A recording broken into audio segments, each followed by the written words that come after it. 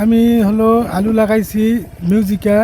আমি বাইরে থেকে 2000 টাকা বস্তা বীজ কিনছি, প্রতি পার বিঘায় বীজ লাগে 6 মণ করে। সেই ক্ষেত্রে আমাদের এখনকার যে বাজার তুলনামূলক আমাদের হলো লস হচ্ছে। এখন এই বাজার যদি থাকে তাহলে আমরা আরও লস খাবো, আমরা আরও মাঠে পাবো। গত স্টোরে আলু রাখছিলাম, সেগুলা তো ধরা খাইছি। খাওয়া আমাদের এখন অনেক সংকটের মধ্যে আছে। আলু গাড়ার আগে আমরা সার নিতে গেছি, যে সারের রেট 1100 টাকা, সেটা কিনতে হচ্ছে 1800 টাকা দিয়ে। আলু বিক্রি করতে গেলে সেই সাথে মিলে না ভাই। ওখানে সিন্ডিকেট ঠিকই হচ্ছে, এই আলুর সিন্ডিকেটের যাতে আমরা কৃষকরা হতাশ হয়ে যাচ্ছি। কারণ ওখানে আলু সারের দাম ঠিকই বিক্রি বেশি হচ্ছে, কিন্তু আলুর আমাকে বিক্রির ক্ষেত্রে হচ্ছে না।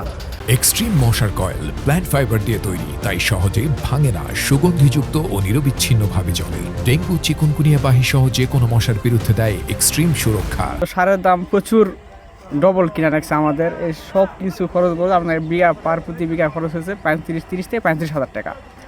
আর আলু মনে করেন যে বিক্রি করতে 500 টাকা মনে করেন 7 মণা বিঘাতে আলু হলেও 530,000, তাও আমরা ঘাটতির মধ্যে আছি। তো এরকম করে গৃহস্থেরা কৃষকের যে পূর্ণ ধানের দাম কম, তারপর আমাদের এই আলু, এই কাঁচামালের আলু, এরকম হলে গৃহস্থ অবস্থা শোচনীয় অবস্থা হবে। রবি মৌসুমে খেতলাল উপজেলায় মোট 8,450 হেক্টর জমিতে আলু আবাদ অর্জন হয়েছে।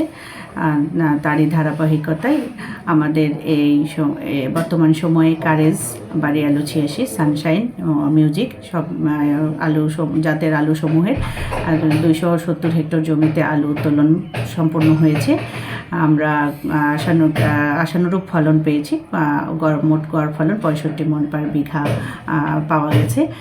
আমরা আশা করছি আলুর বাম্পার ফলন হবে এবং কৃষক ন্যায্য মূল্য পাবে।